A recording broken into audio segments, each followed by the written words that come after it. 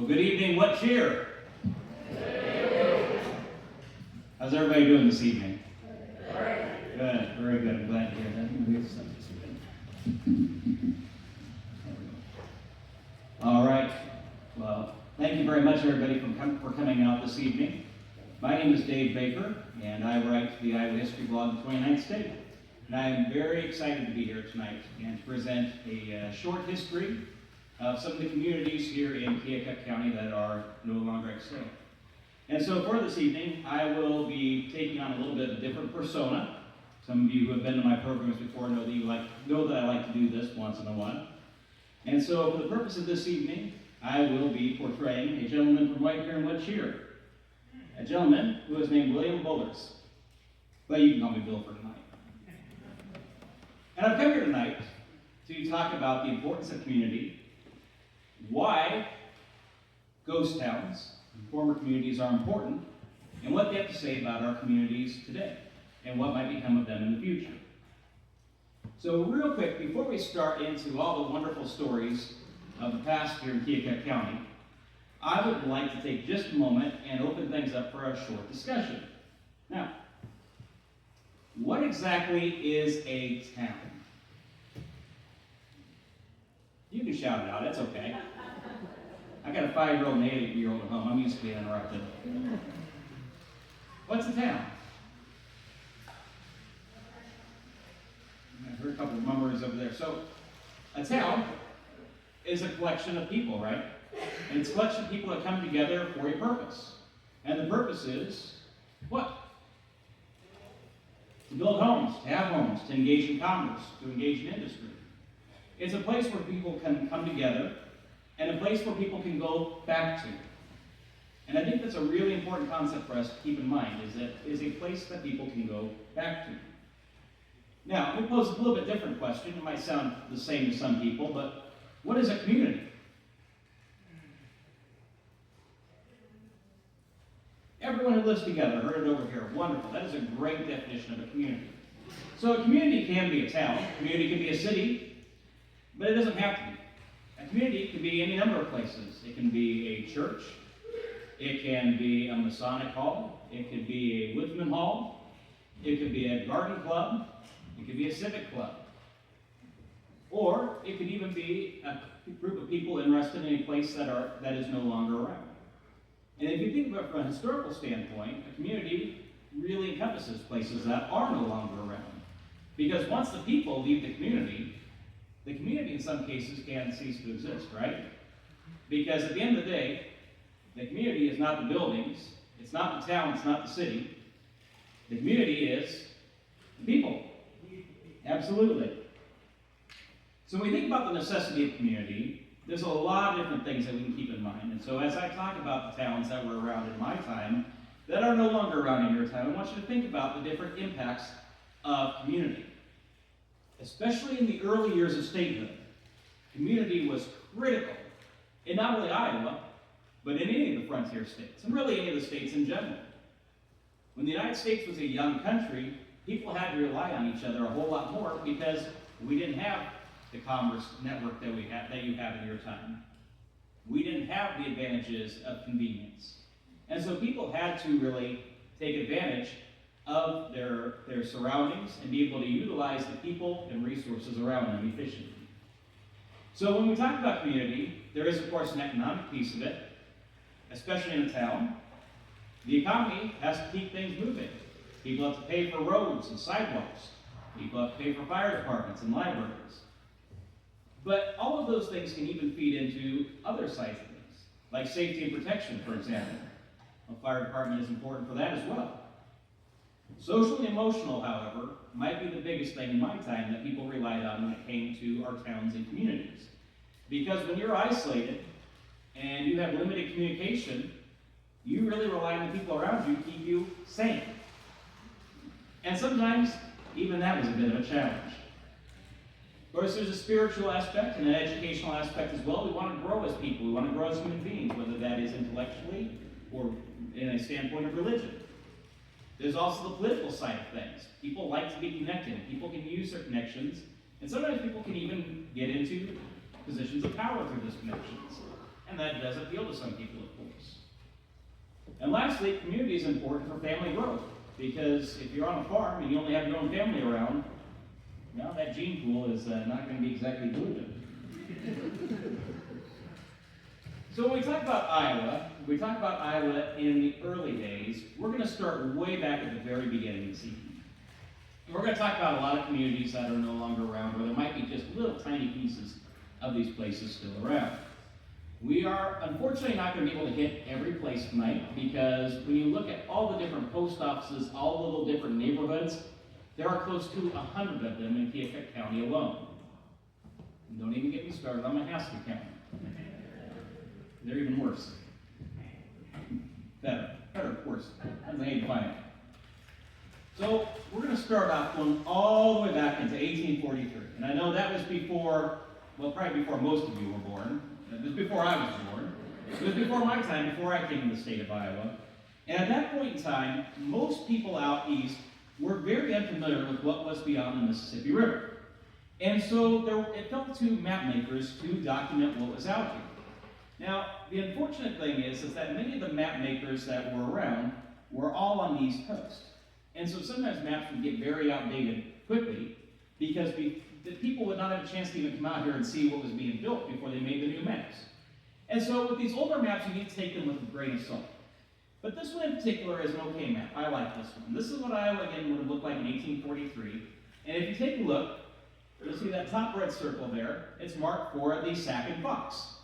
And of course, those were one of the tribes that occupied the state of Iowa. Two of the tribes, rather, that occupied the state of Iowa. Now, they were not originally in Iowa. They were in Illinois, and they got pushed westward as we Americans moved further to the west. And so what happened with that is they began to push the Iowa farther to the south, the Potawatomi further to the west, and the Lakota further to the northwest. And that created a little bit of friction, because the Sac and the Fox and the Lakota didn't exactly get along too well.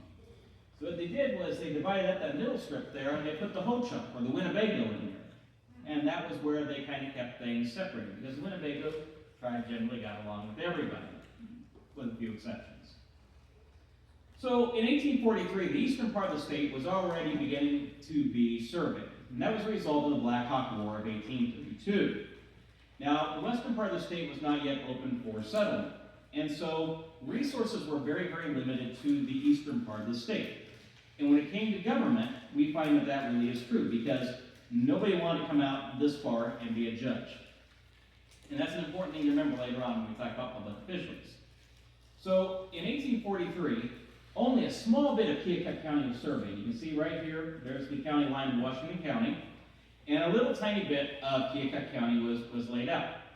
But it was not an independent place at that point. It was still attached to Washington County, and it was heavily reliant on the city of Washington, which was the county seat, to provide any sort of services.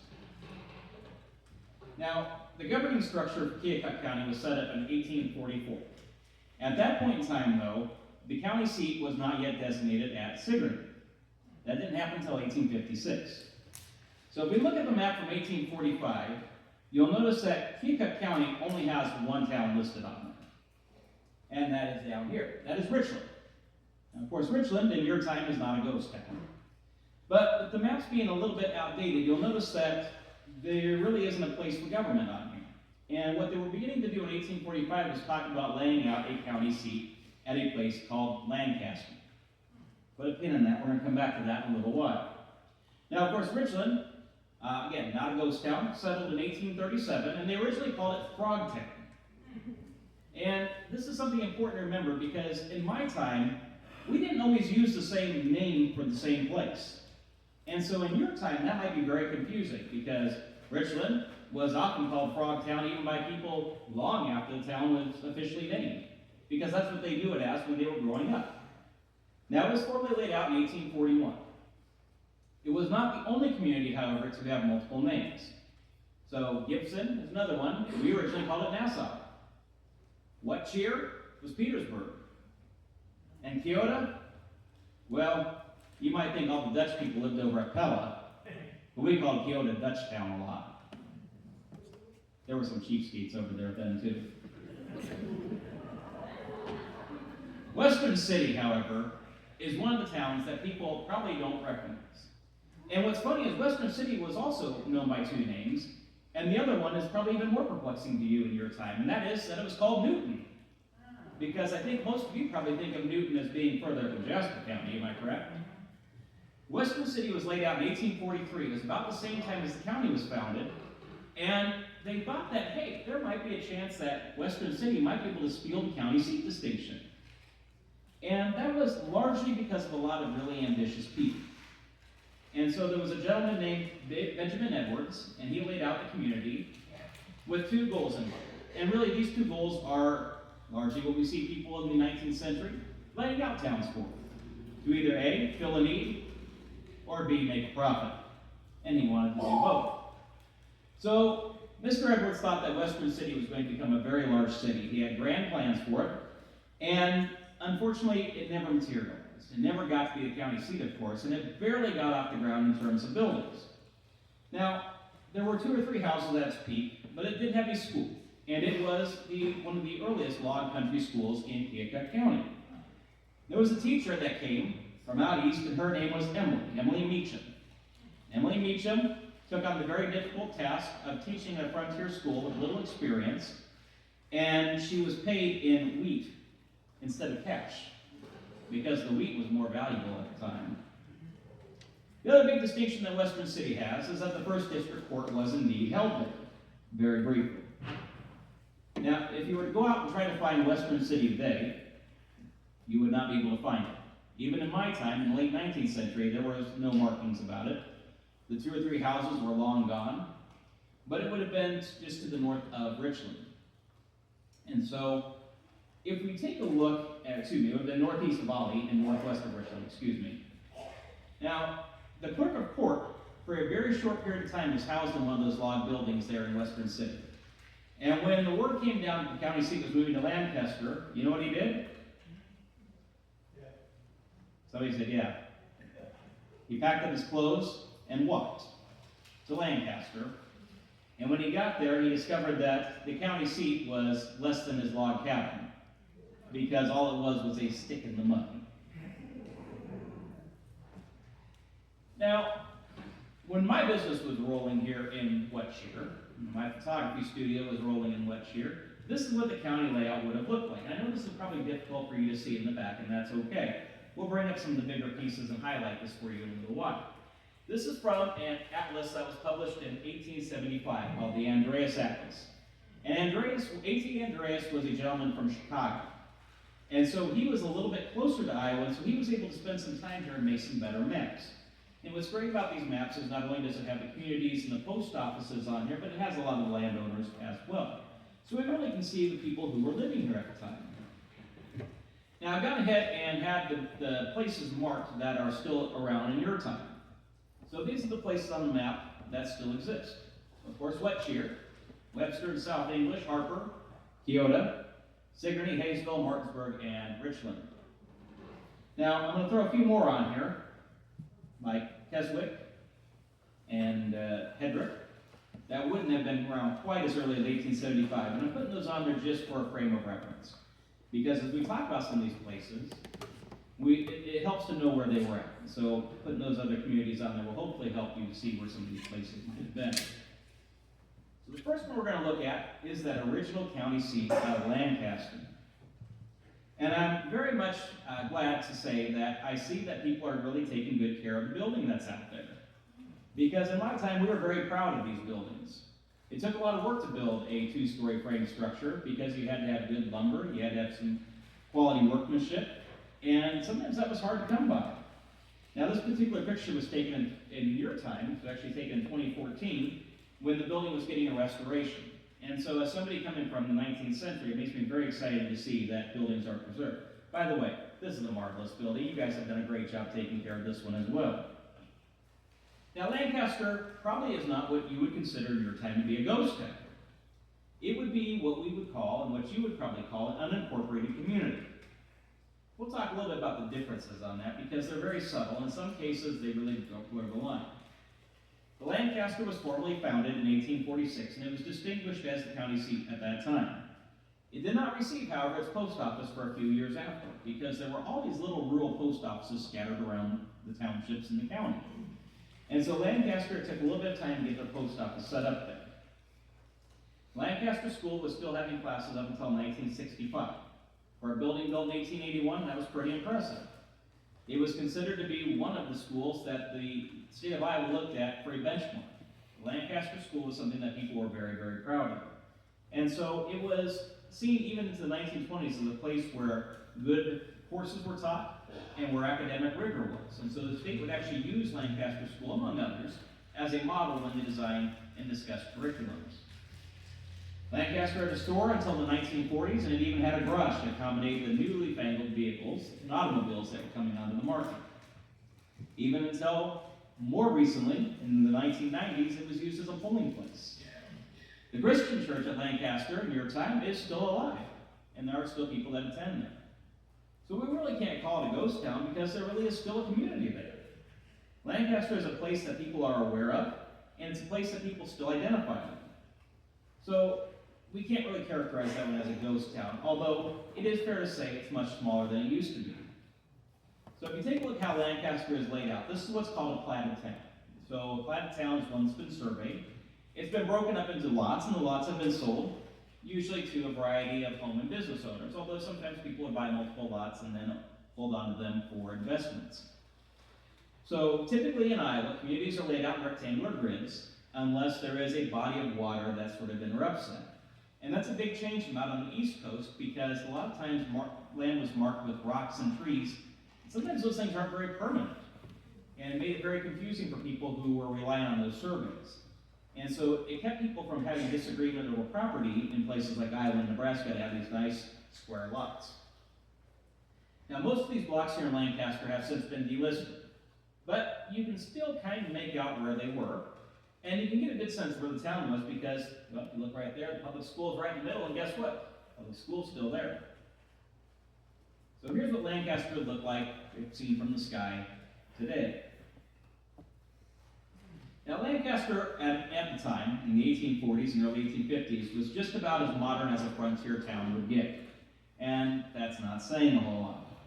It did have the first newspaper in Keokuk County. It was called the Western Friend.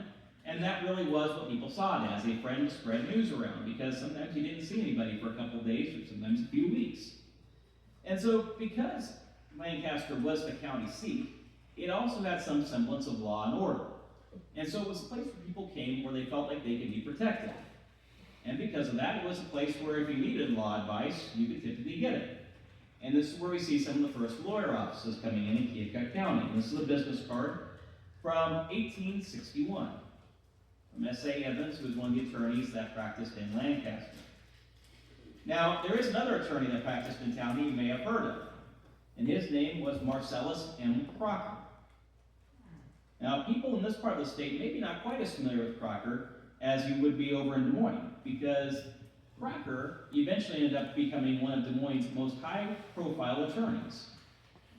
And Crocker got his training in Lancaster, and he went away to West Point for a couple of years, but then his father died, and so he came back to Lancaster, and he lived there with his mother and his siblings, and studied law. And then eventually, when everybody was on their feet, he went to Des Moines where he commenced his practice.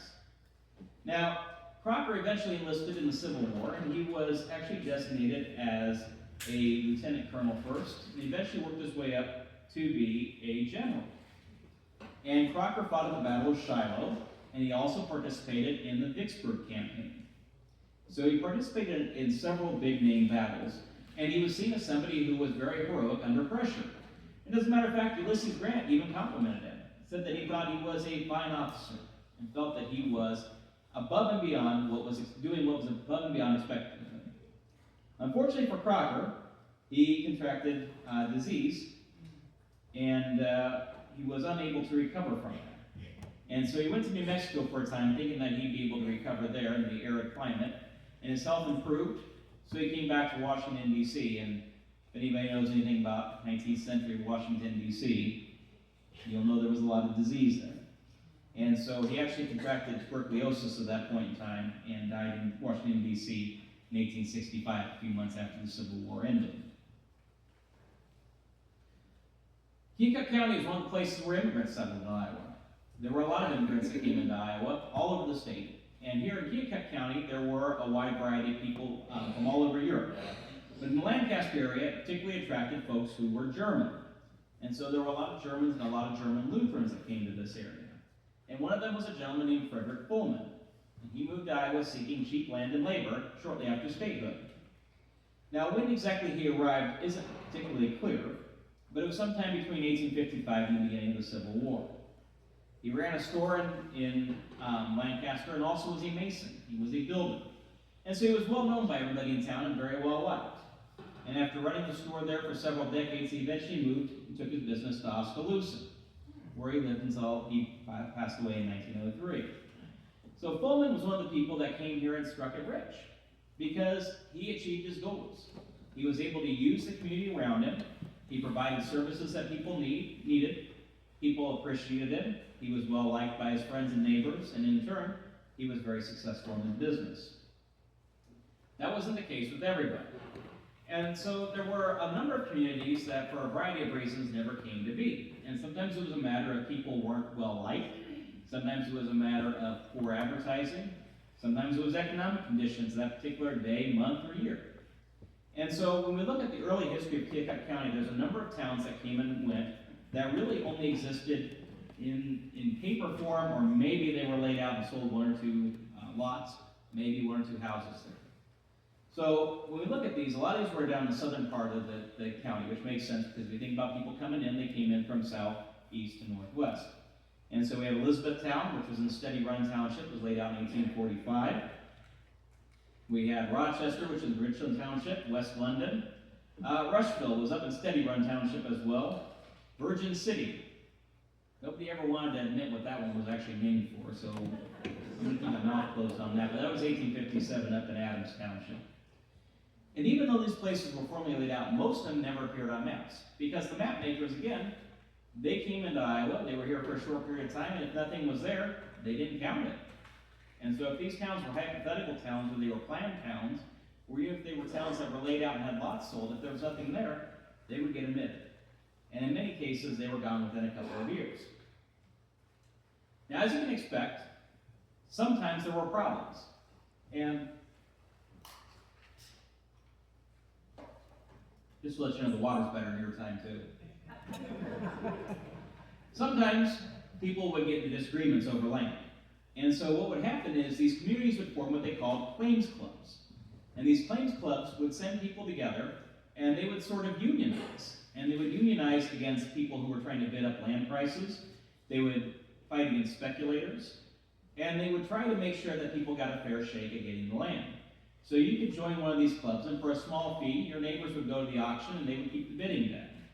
Or they would make sure that they kept the guy next to them quiet. Sometimes that was physically restraining them, which happened on more than one occasion. And Elizabethtown was one of these places where they had a claims club. And they did that because they wanted to make sure they could sell the lots, and they could sell the lots at affordable prices. Unfortunately, Elizabethtown never came to be anything of importance. So let's look at a couple other of these early towns.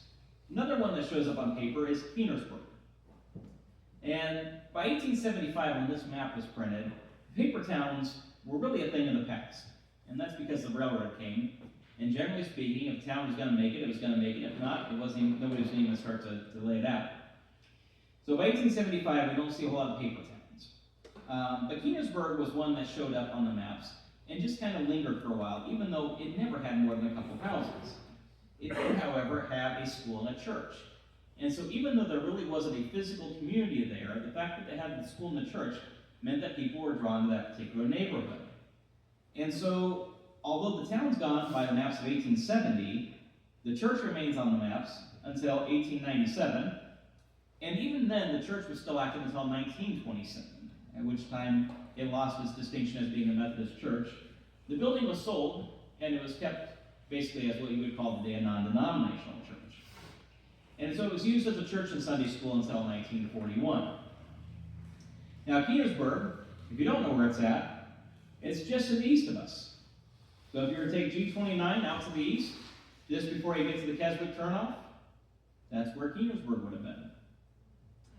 Now, the town disappeared, But people, again, because of the school and the church, they identified with that particular community. And so what's interesting is sometimes, even though the place wasn't even official anymore, we still see it on official records. For example, this is a birth certificate for a gentleman named Winfield McClanahan. And if you look there where it says birthplace, it says Petersburg. Now, what's interesting is if you go out to his obituary, it says that he was born at Delta, which would have been a community that people are more familiar with, of course. Winfield was born into a very large family. His grandfather had, between his two wives, 22 children. So, even if you figure a couple of them didn't marry along the way, Mr. McClanahan had a lot of aunts and uncles. So he was very well connected because of his family. He was well connected to people in Polk County, Jasper County, Mahaska County, and Benton County. And so eventually he got on with the railroad. And he started out as a brakeman and he worked his way up through the ranks on the railroad and eventually became one of the engineers. And after he retired from a career working for the railroad, he became a city councilman in the town of Belle Plaine, where he made himself a name as a local politician. And he was very well known and well liked there as well. But it might have been his son, Lieutenant Colonel Edward McClanahan, who was even more prominent. Because Lieutenant Colonel Edward McClanahan eventually went to war. And he trained during World War II, and he rose himself up through the ranks, and he eventually became the intelligence director for the U.S. Tactical Air Command during the Korean War. And his dad was born at Petersburg. Now, another early community that enjoyed a lot of promise early on was Springfield. I'm going to guess that most of you probably know where Springfield's at, because there's still the Springfield Cemetery. The town of Springfield was a short distance to the northwest from the cemetery. And it was laid out in 1845 by John Ellis. And John Ellis recognized the need for having a place for people to stay. Now, Ellis looked at the stagecoaches that were coming across, and he said, they're coming pretty close to my land. I'm going to open up this home of mine and make a little bit of money on the side, housing people, to give people a place to stay, place to rest, place to change horses if they need to. And so he opened up his home, and it became a place where a wide variety of characters gathered. And so the people that came through Ellis's home were just about as diverse as you can imagine at that time in terms of their businesses and their interests. These included mountain men, people going to California in 1849 for the gold rush, pioneers that eventually founded the communities of Boulder and Denver, Colorado, traveling preachers, numerous medicine salesmen, and the occasional ruffian. Now, his first cabin had 2 extra rooms for guests, and later he built a frame house that was referred to as the hotel.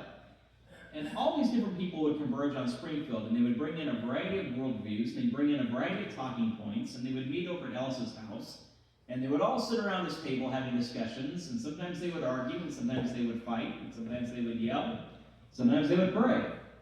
And it was a very interesting place for people to be. And so it became known to the stagecoach travelers that when you came across Keokuk County, whether you were traveling, was planning to stop in Des Moines, or if you were planning on going further west, you had to make a stop at Ellis's house, because that's where all the action was. It also became a post office, and it was the main post office for that particular area of countryside. So in addition to all these traveling people that would come through, the farmers would converge on the house too. And they'd talk about crops, and they would talk about their weather and their animals, and they would have these conversations about what was going on in the world around them. And that was very important at the time because there was no news. Even the newspapers were sporadic at best. Mail from out east was irregular, sometimes coming 2 to 3 times a week. And so these communications and these conversations were essential. Now, eventually, John Ellis sold the house to a gentleman named William Scheisler. That was right before the Civil War. And Springfield, during the Civil War, sent a number of men to go fight. And so there were a group of soldiers that actually mustered at Springfield, and they practiced drills right on the town, right just south of the town. And so they would actually practice for the military training. Eventually, they fell in with a group that became the 40th Iowa Infantry out of Oskaloosa. And they saw a number of battles during the Civil War as well. Springfield had a Methodist church and a Christian church. The Methodist church was used as the community building and was still a gathering place in the community as late as the 1940s. At that point in time, of course, the town had all but disappeared. Springfield ultimately was displaced by Delta. The railroad came through Keokuk County and bypassed Springfield, and so eventually the old Springfield post office became a tool shed. The jail in town, where some of those ruffians ended up going, became a corn crib.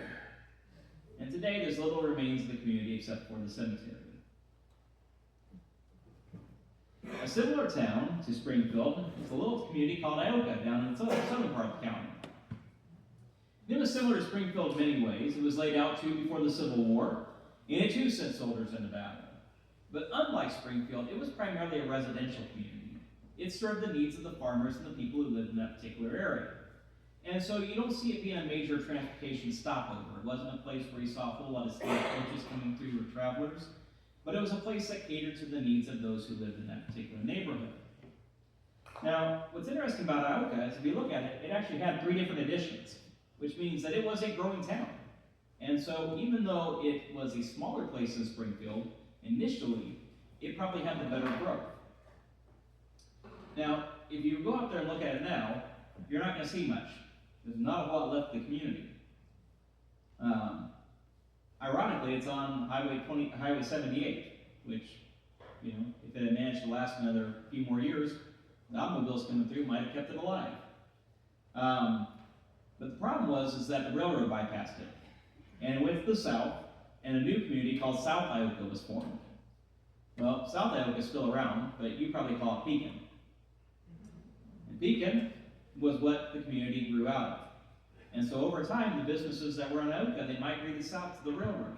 Sometimes physically. Sometimes they'd actually move the buildings. They'd tear them down, they'd physically move them, and they'd take them to that new community. And so what's interesting is, if you look at one of the Iowa directories, this is from 1885, you'll see that both communities are listed on there. Ioka still has a population at that point of 150 people. Ioka Station, 25. And it wouldn't be too much longer before those two would switch around. Now, again, it's out on the highway. You can tell where Ioka was because when you go past Grace Family Church, that roughly stands in the same place where the tin shop used to stand in Ioka. So you'll know roughly where the community used to be. We talked a little bit about some of the German immigrants that came through and settled in the Lancaster area. About 5 miles to the northeast, there's another group of German immigrants that settled, and they created another community called Baden. Baden was founded by a livestock dealer named Sebastian Striegel. He came from Germany in the early 1850s and laid out the town in 1856. He named it for his hometown in Germany, Baden. Now, by 1870, approximately 40% of Iowa's foreign-born population came from Germany. So especially in the eastern and northeastern part of the state, there were a lot of German immigrants. And there were, again, quite a few of them here in Keokuk County. And it wasn't unusual to find people speaking in German. It was actually very common. Even church services would be held in German. Sometimes school classes would be held in German. And so these German immigrants were among these ethnic groups that came in during the middle part of the 19th century to call Iowa home. Aside from Germans, the next biggest population group were the Irish. The Scandinavian countries came after that, followed by Great Britain. A lot of the Catholics that settled in Keokuk County were German Catholics. During that particular time, the German Catholics were seeing pressure from the German Lutherans, and so many of them were looking to leave the country. And so a lot of them ended up in the United States for that reason. So if you look at the Lancaster area and you look at the Baden area, you'll see that it is still has a lot of Catholic influence on it, and that's the reason why. The first Catholic school in Keokuk County, first parochial school in the county, was established at Baden as well. Now the town did not, much like Ioka, survive the railroad when it came through, because the railroad went north and went through Harper instead. Now what's interesting is they actually promised Baden to stop. They were going to route it south out of Harper and go through there, and they raised the money to bring the railroad through and build a station, and the railroad reneged on the deal. And unfortunately, Baden was left high and dry because you can't fight the giant. And that was the case with the railroad. Some things never change, right? The cemetery is just located, this cemetery here is just located north of the town site on there. Now, it's interesting to note that Baden was laid out in what was called German Township at the time. Now, is there a German Township in your time? No. Anybody know what German Township is called today? Plank. Plank Township. The reason for that is World War I. Because during World War I, there was a very large anti-German sentiment that went around the United States, and it hit Iowa particularly hard. And so a lot of communities that had German names changed them to non-German names. So up in Keokuk County, what was Germania became Lakota. In Tama County, Berlin became Lincoln. And here in Keokuk County, German Township became Plank Township. And that was named for William Plank, who was Keokuk County's first World War I casualty.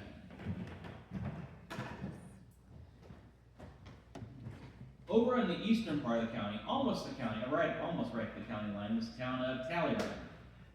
And this is one of the places that gets its name from an unusual source. And so there's some legends that go around the community of Talleyrand about how it came about its name. Now, it was laid out in either 1854 or 1857. Nobody can quite agree on that, and the records are not clear at all. People were definitely in that area by 1854, so it's more than likely that was probably the true settlement date. So as the story goes, there was a candle maker in the neighborhood named Anne. She was always covered in grease for making the candles. And so according to legend, her nickname was Tallow Ann. And from that, they got Talleyrand. Well, that's probably a pretty unlikely story. There's no evidence to suggest that she lived in that particular area or went by that nickname, and that would have been a strange thing to name the town for nonetheless. More than likely, the name Talleyrand comes from Charles Maurice Talleyrand, who was a French diplomat. Now, if you look at me and go, why would anybody in Iowa care about a French diplomat? Well, answer me this: why is Garibaldi laid out in this county? Because he was Italian leader, Italian general. So actually, people were pretty well informed, and they were informed about things because the United States history was a lot shorter. And so it was easier to know about things that happened in the past, probably, than it would be in your time. And so Talleyrand would not have been a particularly obscure character in the 1850s. So he was, during the time of colonial settlement, coming up in through the French courts and becoming well known in France. And he was eventually sent over to the United States, where he met with a very cantankerous man known as President John Adams. And President John Adams thoroughly disliked Talleyrand. He thought he was a miscreant. He thought he was cranky. Well, Adams would know about being cranky because he was. And he thought that Talleyrand was trying to get the United States to send France bribery. And so there was not a whole lot of love lost between Adams and Talleyrand when Talleyrand went home. However, the gentleman who succeeded John Adams, Thomas Jefferson, really liked the French. And he was perfectly fine with Talleyrand. And so they developed a very good working relationship, and Talleyrand is one of the people who is largely responsible for negotiating the Louisiana Purchase, which is what the state of Iowa was covering. And so while his name was not necessarily maybe a household name by 1854, it is somebody that people would have been at least vaguely familiar with. And so it's not unreasonable to think that the town probably is named more for him than the lady who made candles. Now, Talleyrand also had a stagecoach stop. This is a picture from the Keokuk County book that was put out in 2001. The stagecoach stop was on the route between Washington and Sigurd. By 1868, the town had 2 general stores, 2 grocery stores, a drugstore, a cabinet maker, 2 wagon shops, 3 blacksmiths, a hotel, a shoe store, a doctor's office, and a very, very active Masonic lodge. It also had 3 churches: Presbyterian, United Presbyterian, Methodist Episcopal. One of the biggest industries they had in town was a creamery, which was pretty revolutionary at the time, because in the latter part of the 19th century, refrigeration was still very primitive. We'll talk more about that in a little bit too. So the idea of a creamery was something that was pretty novel, because a few years before, pooling all your dairy together and selling it across the country wasn't exactly something that could have been done. And so the town of Talleyrand had a lot of things going on there. It was a pretty exciting community in its day. 4 stores, 2 saloons. Even after the turn of the century, it was not a railroad community. It did not get the railroads, so it suffered for that. But even after the turn of the century, it still had a grocery store, a tinware store, as well as a post office. There was a cooper that was there, a wagon maker, a blacksmith, and a grocery store. 1895 registered 125 residents with the state census. The post office was actually still there until 1928. Now, perhaps the most interesting person that came out of Talleyrand was Charles Alden Gray. And Gray's father had been a medic in the Civil War. He'd been in Vicksburg. And he sent Charles over to France, where he learned how to study and learn art. He studied art there. And he eventually became involved in the Chicago art scene during the latter part of the 1800s. And eventually became somebody who painted portraits. And among the famous people that he painted portraits of were Mark Twain, Edgar Allan Poe, and William McKinley. Now, along with Talleyrand, I mentioned a minute ago, Garibaldi. Just exactly how a German community got a name that comes from an Italian general, it's a little bit beyond that. But Garibaldi was just that. And it was laid out in 1858 and was, again, another big place where German immigrants settled. So much so that they built a Turner Hall there. And a Turner Hall was a social club for Germans. And so, it would not have been very unusual to have heard people speaking in German. It would have been not unusual to see German food or German dance at the hall or at the churches. And there was a German Methodist church there in the community as well. Interesting enough, not a German Lutheran, it was German Methodist. Now, in addition to the German settlement, there was also a steam mill in the neighborhood. And that was something that, again, was pretty revolutionary at the time. And it was something that people could really take advantage of. And so that drew people to that area as well. If you go out there now, you're not going to find a whole lot out there. There is still a cemetery. It's kind of difficult to find. The post office is gone. The school is gone, although the site is marked. But if you go just down the road a short distance, you'll see the Cornstalk School, which is still standing. Now, originally the Cornstalk would have been located between Baden and Garibaldi, but it's been moved. And it's one of those places that when you see it by the side of the road, it catches your attention. And you wonder, what exactly happened there? What exactly went on in there? Up in the northern part of the county was White Pigeon. White Pigeon started out as a rural post office in 1855. There was a Christian church that was founded 4 years later, and that's what began attracting people into this community. The town was surveyed in 1860 and lots were sold. And the thing about White Pigeon was that it was an incredibly social community. People loved to get together there. And they had a ton of civic organizations for a town this small. They had a literary society. They had a ladies' quilting society. They had a farmers' union club. They had a White Pigeon Hall where they would have all kinds of ad hoc meetings. They had a community building where they would have dances, debates, musical performances, talent shows, plays, readings, and lectures. The people of White Pigeon loved to get together. The community had a lot of businesses as well. There was a cheese factory there, and there was a gentleman named Lou Harvey who had a store. And Lou Harvey was very, very well liked. He was well known too because he would sell candy cheap to the kids. He had a great big bushy beard and hated wearing shoes, and so he made kind of a sight to see walking down the street without any shoes on. And he did that every night at 5 o'clock because that was the only way he could get to his favorite fishing hole by 5:30. And that was what he did without fail. You did not get in the way of Lou's fishing. In the end, towards the later years of White Pigeon, there were still a blacksmith shop, 2 churches, a mechanic's garage, and a school. There were actually 3 township schools in the general area, and there was a small boarding house hotel. Although the population dwindled, the store remained open until the 1930s when it burned down. The White Pigeon Cemetery is out there just a short distance south of where the town was. Now, these are places that had some substance to them. They had lots that were sold. They had places that were laid out. Not all the spots on the maps are like that. So if we look at the 1861 roster of post offices here in Keokuk County, you'll see that there are a number of towns on here that you're familiar with, like Martinsburg and Richland and South English.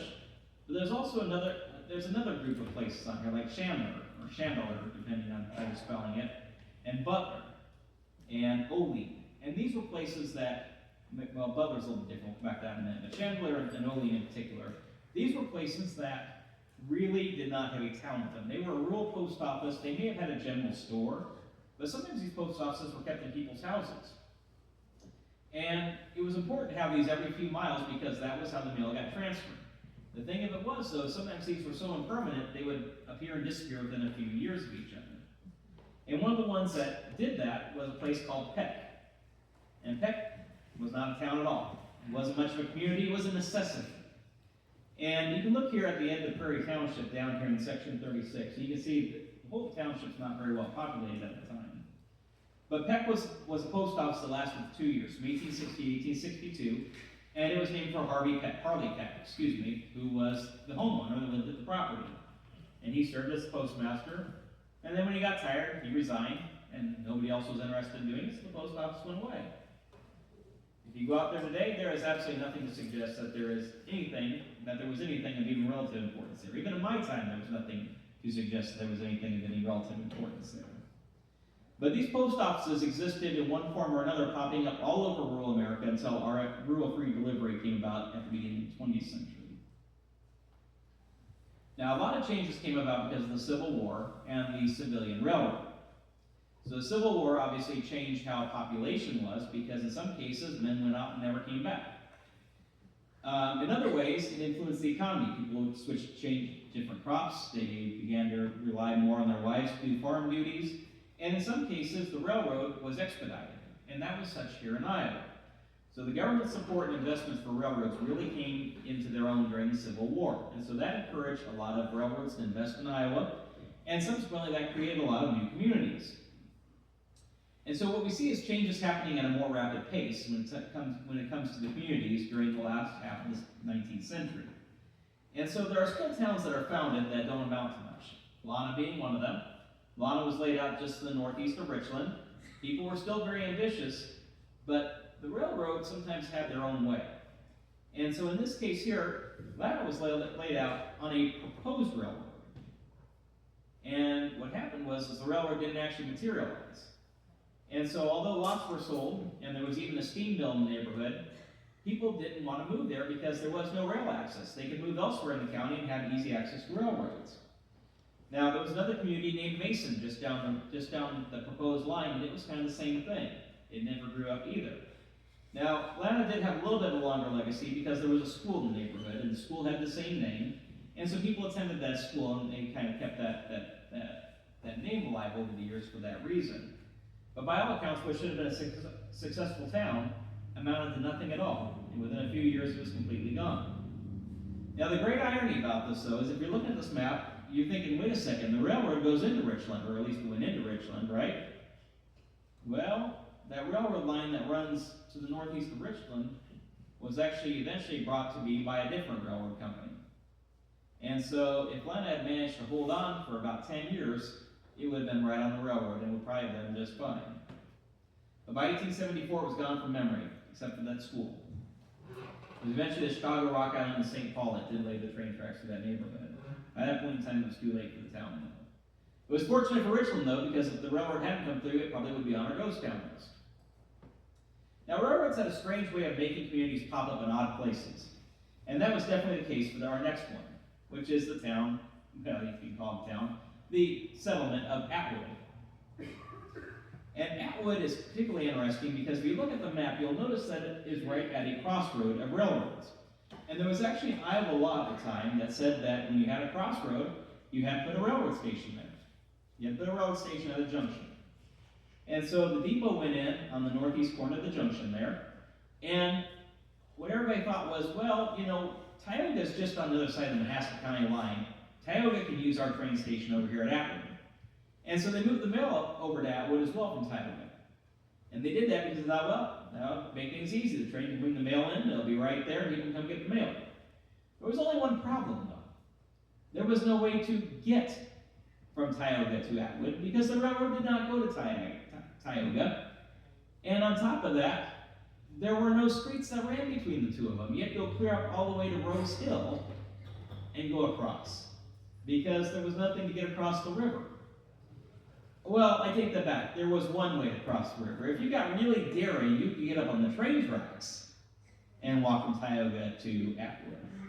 That was not recommended, and there was at least one fatality for that. On paper, it looked like a good idea to merge two resources, but the post office failed to realize that there was not adequate road transportation, and so that really affected, unfortunately, both of the communities, both Atwood and Tioga. And so it made it very difficult for either one of them to take advantage of the railroad because people couldn't get from Atwood to Tioga to get off the train, and people that were at Atwood, they had no incentive to go to Tioga because they could get on the train and go anywhere else. And so after a few months of enduring these challenges, somebody petitioned the post office and said this isn't working, and so they actually moved the post office back to Tioga. And just in time for Christmas of 1895, with all those brand new Sears and Roebuck catalogs that were going on. The Atwood station was up until 1906, and it burned down. Well, that law was still in the books, though, in 1906, so they had to build a new station, and so they did in 1907. But in the meantime, to be compliant, they had to figure out something, so they hauled an old boxcar up there at the junction, sat it on the side. That was their station. Atwood gets its name from the Atwood family, which was very prominent in this part of the township. And the patriarch of the family was a gentleman whose name was Green Atwood. And eventually, the Atwoods became associated with the ice production business in this part of the county. And they would go down and they would actually harvest ice out of the river during the winter months, and then they would store it, they would transport that. And so that was very important, not only for the communities of Whatcheer, but also of Sigourney, and all the other communities up in this part of the county, because any of them had a creamery, they would need at least some of those ice resources. And so the Atwood family was well known. Some of them actually even got involved. Daniel Atwood, for example, got involved with the railroad. And so they were a name that was just sort of synonymous with this particular area. Now moving to the southern part of the county, we see the little community of Butler. Butler started out much like Peck. It was just a little post office and probably wouldn't have done much of anything if it hadn't been for the railroad.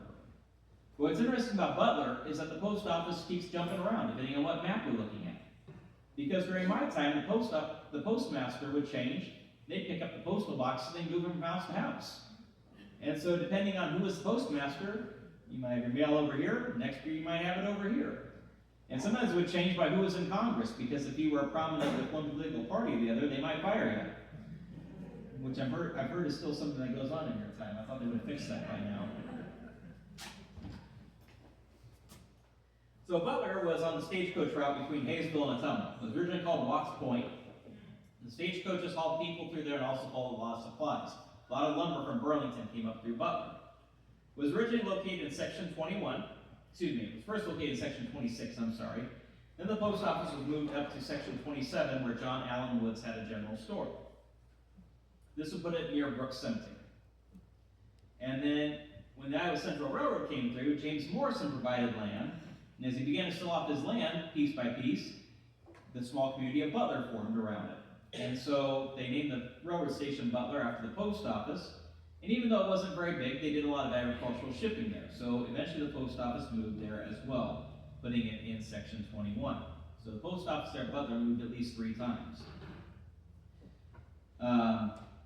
Post office remained alive until 1917. In the midst of World War I, it was discontinued. The general store continued in business until the Great Depression. The railroad just wasn't enough to keep Butler going. There wasn't enough infrastructure there weren't enough businesses there. And so once the post office was gone, once the store was closed up, there was no reason for the trains to stop there anymore. And so the railroad passenger service became very sparse. Eventually it was discontinued altogether. Now sometimes communities are at the mercy of the railroad, sometimes they're at the mercy of the elements. And coal was discovered in Keokuk County, and it was actually discovered in Manhasset County first in the 1840s, so there was no widespread demand for it at the time. But by the 1880s, there was a lot of demand for coal. And there was a lot of coal that was mined right here in Keokuk County, including right here in this very area. Because Whatcheer it really catered to the coal mine. Now it was set up as a town independent from coal mines. It wasn't a company town. But at one point in time, Whatcheer had about 3,400 residents, and many of them were associated with the coal mines. Those who didn't work in the coal mines often worked in manufacturing here in town, and they manufactured things for the mines, like picks and axes and carts and things like that. Whatcheer had a very successful mining support operation right here in the community. And so it was right here where the coal boom occurred. And by 1880, there were 9 coal mines with approximately 300 miners working in this particular area. And it only grew from there. So much so that if you look at the maps one time, you'll see that Wet Shear had suburbs. It had several of them. Now, 1890, Wet Shear had 3,200 residents, and that's not including the people that were out in these company towns. These suburbs were true company towns. And you have to remember that Wet Shear would have gone from about 400 people in 1870 to 3,200 in 1890. That's a very quick, very fast expansion. And so these company towns kind of helped keep up the pace with that, because they were able to build the houses very quickly. They were able to house the miners and their families, and then the miners and the families were able to, in turn, subsidize the mining by paying their rent back to the mine owners. The downside of that is once the mines closed up, all these places disappeared. And so there's very little to suggest that anything was there today. They were never really meant to be permanent settlements anyway, but they were designed to provide that essential infrastructure. So Vulcan, for example, was a product of the Crescent Coal Company. They attracted a lot of low-skilled laborers, and often had a reputation for being a little bit rough and wild, sometimes bordering on lawlessness. Rosetta was another one. If you look at the markings near Rosetta, you'll see that there's the Wet Shear Coal Company, the Crescent Coal Company. Those are two of the big ones here in the neighborhood. And one of the places where things got a little bit crazy was over here in Jamestown. And I bring you this short newspaper article that was reported in Fairfield. Says the Fairfield Tribune, April 6, 1887, "This is the way the Review relates the latest sensation. A couple of weeks or more ago, a fellow by the name of James Young, residing at Jamestown, a suburb of Wet Shear, in a fit of absent-mindedness, like men will occasionally when they have come up from a dinner at a hotel, skipped out for Nebraska, taking with him the wife of James Thomas, along with him by mistake. There seems to have been a kind of absent-mindedness all around. Mrs. Thomas, it appears, though, her name was actually Shoup when she got to the clerk's office where a license was obtained, in which she figured under that name.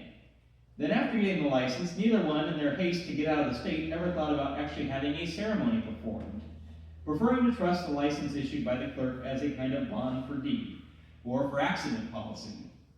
But the husband of Mrs. Thomas awoke to the situation with blood in his eyes, and coming to Sigourney, got onto their racket and had the sheriff telegraph them at Plattsmouth, Nebraska, to arrest them on their arrival and start pursuit of the absent-minded couple. The parties are now in jail awaiting the grand jury."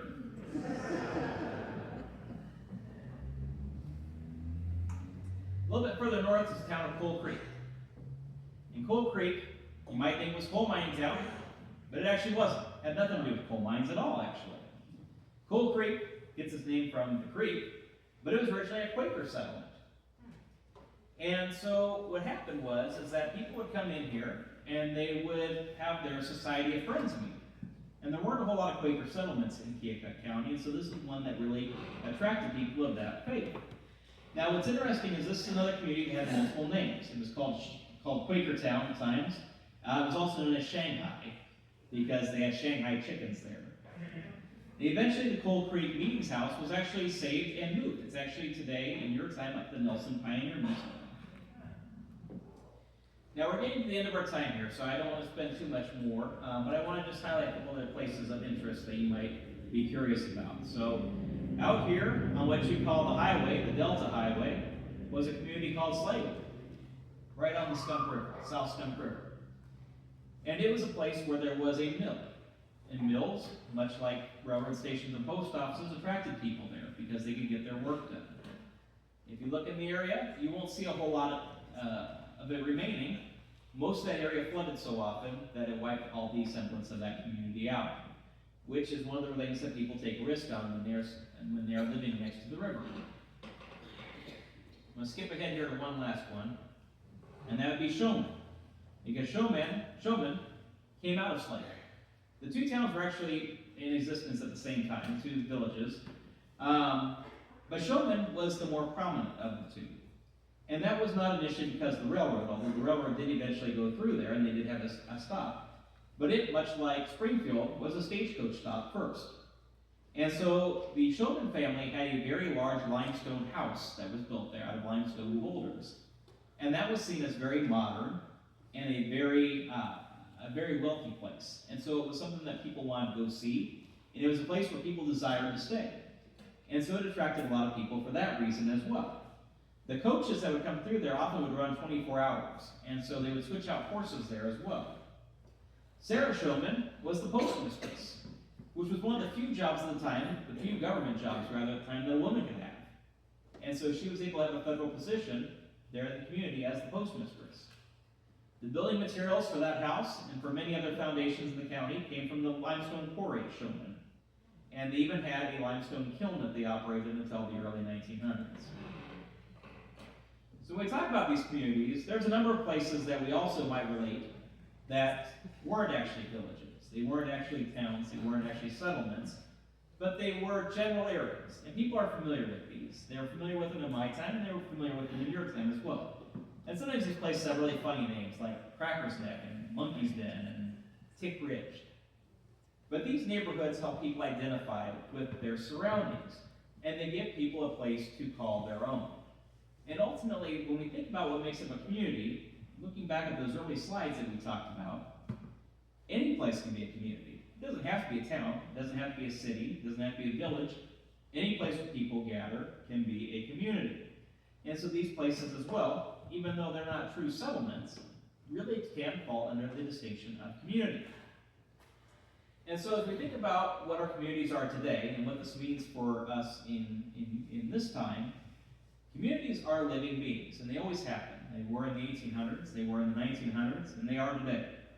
And that means that they age and decay. And if they're not regularly if they don't have regular nutrition in one form or another, and they don't have a regimen to keep them in fitness, they're going to deteriorate even faster. And so communities are a fluid organization. They're not the same as a town. A town is more fixed. Community can be any group of people, but because of that, communities can also disperse very quickly. And so it's very important as we talk about communities, and we think about communities, think about ways to keep our communities intact and keep them together. Because oftentimes, the bonds, they may be personally very strong, but a lot of times when one person dies, one person leaves, the whole group can fall apart. So towns are made for two reasons: to fill needs and for financial gain. But the difference is communities exist to enrich relationships. So my challenge for you is to think about how we can use emerging technology and progress to grow our communities. And what do we need to do today to keep our communities alive? Whether that community is Des Moines, whether it's Oskaloosa, whether it's Sigourney, Cheer, Kinross, Harper, take your pick. Because when we stop investing in our communities fall apart. And investing doesn't have to be money. It can be time, it can be energy, it can be labor, it can be planting a garden, it can be fixing up a building, it can be washing windows, it can be cleaning a church, it can be supporting an opera house. All kinds of things that we can do. And we can all use our talent and our time for that. So what I want everybody to think about is how can we invest? And how can we make our communities grow? Make our communities grow stronger. Because otherwise, we potentially have a lot more ghost towns. And while they're interesting to talk about, I'd rather talk about communities that are alive. Now, for those of you who follow me on Facebook, you know that I talk about a lot of both of them, because that's what I do. So, again, my name is Dave Baker. I am I don't know what you call me anymore. I'm the everyman guy for the 49 states. So I write, I research, I drive out and take pictures. I sometimes back into fence posts and knock the back window out of my car. Yes, that happened today. Go out and crap happens. I do a lot of work all around the state of Iowa, though. And at the end of the day, I love history. I love bringing people history and telling people history, and doing this stuff's a lot of fun. But at the end of the day, the really important part is getting people involved in the community. And a lot of that is not only from a financial standpoint, but thinking about how can we buy local, how can we support local, whether it's supporting local bands and sports teams and little league teams and things like that, or it's community and functional organizations like the Opera House or historical societies. And it's been a real treat and a real joy for me over the last now 16 years, which I can't believe I've been doing this for 16 years, to really get out here and get to know people in these communities and get a chance to work with them. So Real quick here, I'm going to give a little sales pitch. First of all, don't forget to check out the website if you're on Facebook. I am going to give a little sales pitch. I apologize to the good people of Keokuk County because you didn't quite make the cutoff for this one. This here is my new book that's coming out this spring called More Than Waypoints. It is the first of 3 books. Iowa has 99 counties. This is the center of 33. Now, if you have ties to Mahaska County, Mahaska is in here. So Keokuk will be in the next one. It'll technically be in the eastern one, along with Washington County, and Lee and Henry, etc. But what this is here is this is the history, a brief history, of all the incorporated towns in these counties. And in this case here, there's 316 of them in here. And so each one gets their own page. Now, the thing about it is, it's really hard to condense Des Moines down to one page. Equally difficult to make Leroy last one page. And so it really is, it's something that I've taken a lot of pride in working on over the last few years. And so if you are interested, I would encourage you, please reach out on Facebook at 29 State. You can also reach me at 29state@gmail.com. I've got some business cards I'll put out here in a minute. Feel free to take one or take a couple of them. I do live events for all kinds of different groups, historical societies, church groups, civic groups, card clubs. Did one at a dive bar one time. That was interesting. Though I was not dressed like this, thank goodness. I probably got stuff thrown at me. I have a lot of fun doing this. So anyway, please check out the website. I appreciate y'all very much, and thank you, What's here. It's been a real honor to be here tonight.